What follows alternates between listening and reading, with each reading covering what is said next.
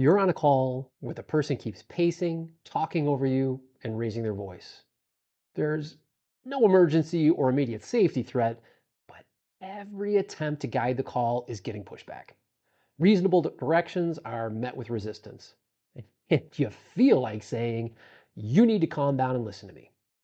Now, you already know that's not going to help, but you still need their behavior to change. So, what do you say instead that doesn't sound demanding and trigger resistance, but also doesn't give up control? You want something that makes this easier to manage, not harder than it needs to be. There's a simple shift in how you speak that helps you influence behavior without triggering resistance or turning the interaction into a power struggle. I'm Troy Seward. I spent 30 years in law enforcement and trained thousands of officers in crisis communication. Here, we focus on practical tools you can actually use on your next call. On mental health calls, the person we're talking to is often overwhelmed. Emotions are high and they're not thinking clearly. And that means even reasonable statements and directions can land the wrong way. It's frequently a result of how we phrase things. When we start a lot of our sentences with the word you, it can begin to feel like blame or judgment, even if that's not our intent. It often comes out sounding something like this: "You need to slow down. You're not listening." Or, "You have to stop pacing." Even when they're well intended, statements like these can make someone feel judged or corrected. And once someone feels that way, they stop focusing on solutions and start pushing back. At that point, everything takes more effort to move in the right direction. And that's why language choice matters so much on these calls. This is where I statements can help. In law enforcement, when we talk about I statements, we're not talking about sharing feelings the way a therapist would. They're actually a tactical way to address someone's behavior without escalating the interaction. You've probably seen a version of this before in crisis intervention or negotiation training. It's a really simple structure. I feel whatever emotion you're feeling when you do whatever behavior you're addressing, because then give the reason you feel that emotion. So to make it easy, just remember this template. I feel X when you do Y because Z.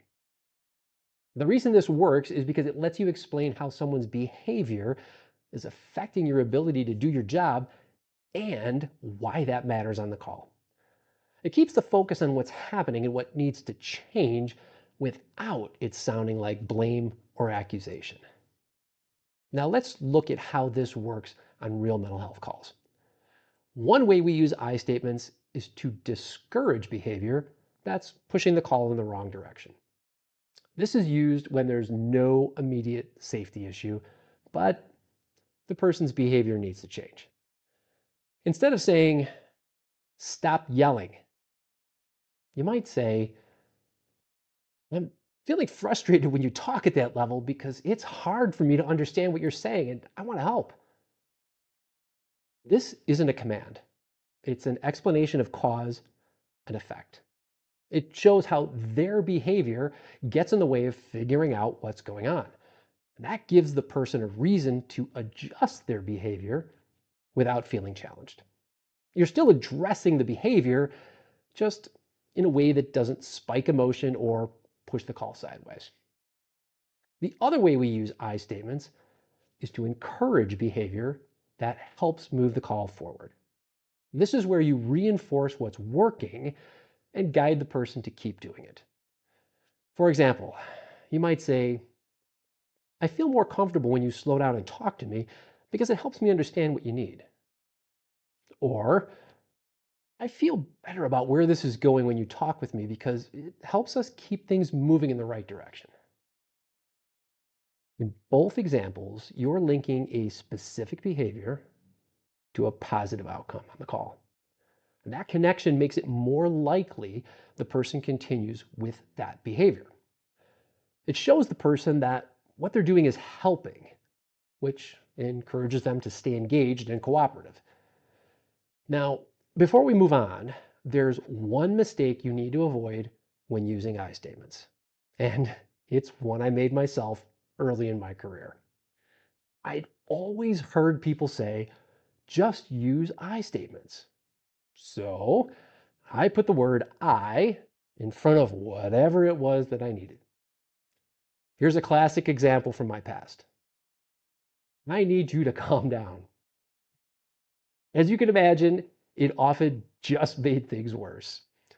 It wasn't using the I statement template. I just issued a command with an I in front of it and expected it to land differently.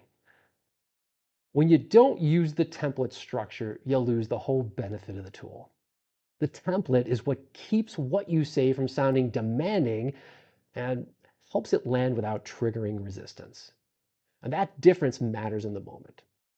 So I statements help you influence behavior and keep the call moving toward resolution. The next move is getting buy-in on the path forward. That's where we statements come in. We statements are about shared direction. They're not about agreeing with the person or backing their position.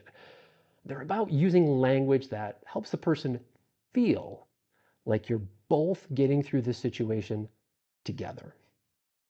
We statement is just a way of speaking that makes the interaction feel less like you versus them. It keeps the conversation moving without turning it into a power struggle. Here's what that looks like on a call.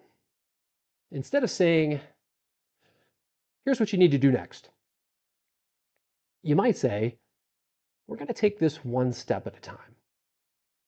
Or we'll figure out what we can do here. In moments where someone feels overwhelmed or stuck, even something simple like, we'll get through this, and help keep them engaged instead of shutting down. You're still guiding the call, you're just doing it in a way that keeps the person moving with you instead of pushing against you. There's one caveat here as well, though. You don't use we statements right out of the gate. They work best once you've built some rapport and the moment has slowed down enough for a conversation. Used at the right time, we statements do three things for you with the person in crisis. They reduce the sense that you're the opposition. They keep the focus on getting through the situation together, and they move the conversation forward without sounding like demands. So here's the overall takeaway. I and we statements don't change what you're trying to do on a call. They just change how you do it so the call can move forward more smoothly. I statements help you influence behavior change without triggering defensiveness. We statements help you get buy-in and guide the call toward cooperation and next steps. Used together, they give you more control over the direction of the call. If moments like this feel familiar, don't wait until you're standing on the next call trying to figure out what to say. Subscribe here for short, practical communication skills you can actually use when things start to stall or push back. And if you want to build your confidence between calls, start with my free monthly email, The Insightful Responder. Each issue gives you one field-tested tool you can put to work the next time the pressure's on. Next up, we'll break down the active listening skill of validation and how to use it without sounding dismissive or fake. Until then, stay safe out there and remember, train to respond, not just react, so you can make a difference when it matters most.